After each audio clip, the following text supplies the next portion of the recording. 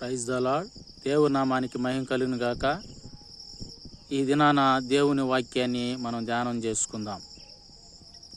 అది రోమా పత్రికలో రాయించబడిన ఒక మాటను మనం ఈరోజు ధ్యానం చేయబోతున్నాం. పాపము వలన వచ్చు జీతము మరణము అని బైబిల్ చెప్తుంది.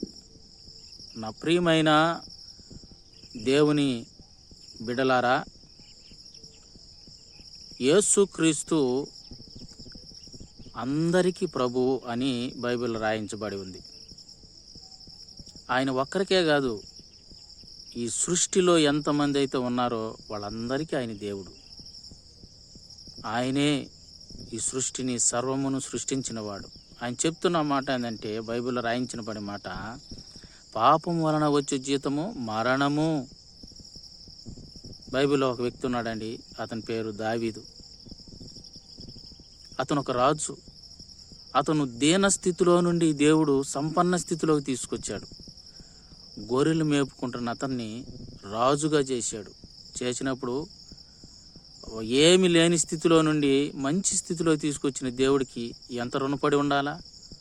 అలాంటి వ్యక్తి, రాజ్యము కోసము పాకులాడవలసిన వ్యక్తి, ఒకరోజు యుద్ధము జరుగుతున్న సందర్భంలో యుద్ధానికి వెళ్లకుండా ఒకరోజు సాయంత్రము మిద్దె మీదకి అటు ఇటు తిరుగు చూస్తున్నాడు. మిద్దె మీద అటు ఇటు తిరుగుతూ ఉన్నాడు. నా ప్రియమైన దేవుని ప్రజలారా, మనం ఈ భూమి మీదకి అటు ఇటు చూడడానికి, అటు ఇటు తిరగడానికి రాలేదు. దేవుడు నిన్ను నన్ను ఏదో ఒక నియమంతో, ఏదో ఒక ప్రణాళికతో ఈ భూమి మీద పంపించాడు. నీ ద్వారా ఏదో ఒకటి ఆయనకి కావాలి. ఆయన కోసం ఉపయోగపడాలని మనసుతో ఈ భూమి మీదకి పంపించాడు. అయితే దావీదు ఆ రోజు సాయంత్రం ఆ మిద్దె మీదకి ఎక్కి తిరుగుతూ ఉన్నప్పుడు ఒక స్నానం చేస్తున్న ఒక స్త్రీ కనబడిన తర్వాత ఊరకనే ఉండక ఆమెను పిలిపించుకొని ఆమెతో పాపం చేశాడు. ఆ పాపం చేయడాన్ని బట్టి తన బ్రతుకు చిన్నాభిన్నమైపోయింది. తన కడుపులో పుట్టిన బిడ్డ చనిపోయాడు. దేవుని ద్వారా శపితాన్ని అనుభవిస్తున్నాడు. ఎన్నో వేదనలు, దుఃఖము, రోదన ఎందువల్ల వచ్చింది? పాపం వల్ల వచ్చింది. పాపం వలన వచ్చే జీతము మరణము.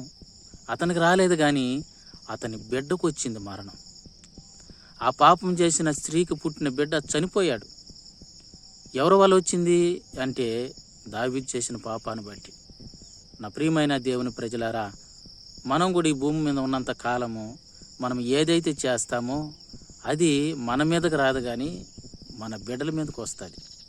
కాబట్టి జాగ్రత్త కలిగి, దావీదు చేసిన అవివేకమైన పని మనం చేయకుండా జాగ్రత్త పడి మనము దేవునికి మంచిగా బ్రతకాలని దేవుడు కోరుకుంటూ ఉన్నాడు.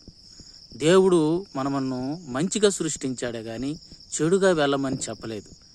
కాబట్టి దావీదు చేసిన అవివేకమైన పనిలా మనం చేయకుండా ఈ భూమి మీద ఉన్నప్పుడు మనకు కావలసిన ఆర్థికమైన జీతాన్ని సంపాదించుకుంటూ ఆత్మీయమైన జీతాన్ని కూడా మనం సంపాదించుకోవాలి.